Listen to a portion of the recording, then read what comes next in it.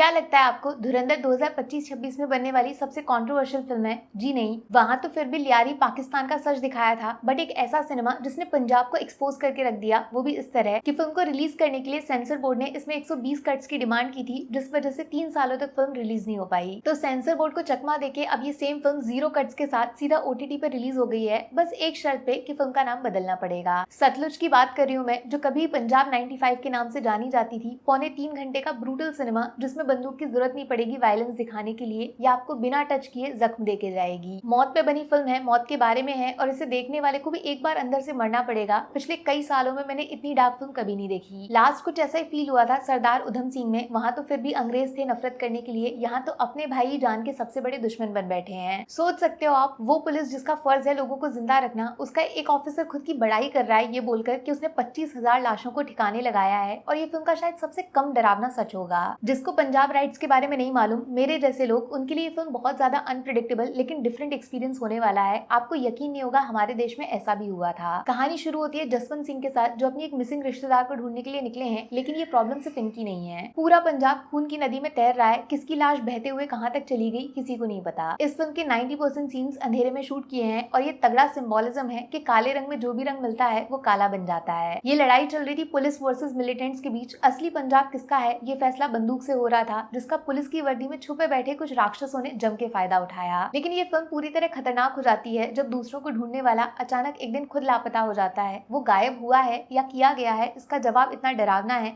जिसे sensor board ने 3 सालों तक रोकने की कोशिश की थी। और ठीक इसके इंटरवल पे फिल्म में एंट्री होती है अर्जुन रामपाल की, जहाँ से कहानी में पुलिस वर्सेस CBI का एंगल शुरू होता है, जिससे फिल्म तगड़े इन्वेस्टिगेशन सस्पेंस थ्रिलर की शक्ल ले लेती है। और तब आता है फिल्म में दिलजीत का एक ऐसा सीन जो कल रात से मैं जब भी आंखें बंद करती हूँ सिर्फ वही दिखाई देता है। शेक्सपियर की ट्रेजेडी को भी क्रॉस कर दिया उस एक महाभयानक सीन ने, रोंगटे खड़े हो गए थे। पता है पहली बार समझ में आया मुझे क्यों किसी को जान से मार के नदी में फेंकते वक्त उसका पेट फाड़ दिया जाता है, ताकि उसमें ज्यादा से ज्यादा पानी भर जाए और उसकी लाश कभी बह के ऊपर ना आए। इसी तरह छुपाने की कोशिश की गई थी पंजाब 1995 के सच को, जिसका डायरेक्ट कनेक्शन इंदिरा गांधी से जुड़ा माना गया था, लेकिन सरप्राइजिंगली फिल्म में उनका कोई भी जिक्र नहीं है। इसीलिए भरोसा नहीं होता ये फिल्म अनकट है भी या नहीं। फैमिली इमोशंस को इतना ज्यादा डिटेल में दिखाया गया है जो फिल्म को बहुत ज्यादा हैवी बना देता है, जैसे किसी ने 100 किलो का पत्थर लाके पेट पे रख दिया हो। ऐसा हो नहीं सकता कि इस फिल्म को देखते वक्त आप हेल्पलेस ना हो जाओ। और इसका फुल क्रेडिट देना पड़ेगा नेगेटिव कैरेक्टर्स में कास्ट किए गए ब्रिलियंट एक्टर्स को। स्पेशल तालियां इनके लिए। एक भयानक म्यूजिक के साथ इनके सारे सीन्स ऐसे लगते हैं दिमाग में डर घुस गया हो। सिख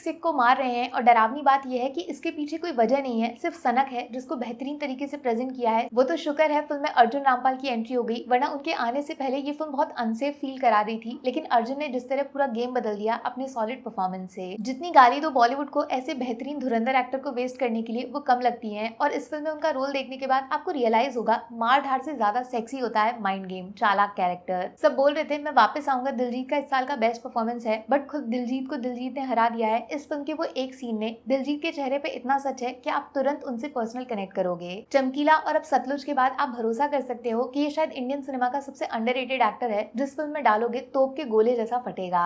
लेकिन सच बोलूं तो ये फिल्म बनाई इतने दिल से गई है कि इसका एक एक सीन, एक एक एक्टर सब अपनी जगह परफेक्ट है। हैवी फिल्म है और देखने के लिए जिगरा होना चाहिए, नॉट फॉर एवरीवन। 5 में से 4.5 स्टार वाला टॉप क्लास सिनेमा है ये, जिसे पब्लिक को दिखाने में सेंसर बोर्ड को पता नहीं क्यों शर्म आ रही थी, लेकिन ऐसे कंटेंट पे शर्म नहीं सैल्यूट निकलता है। अगर धुरंधर का वायलेंस आपको ब्रूटल लगता है तो सतलुज का सच दिमाग की चीर फाड़ कर देगा, वो भी बिना कोई शोर मचाए। हिम्मत है तो फिल्म जरूर देखना।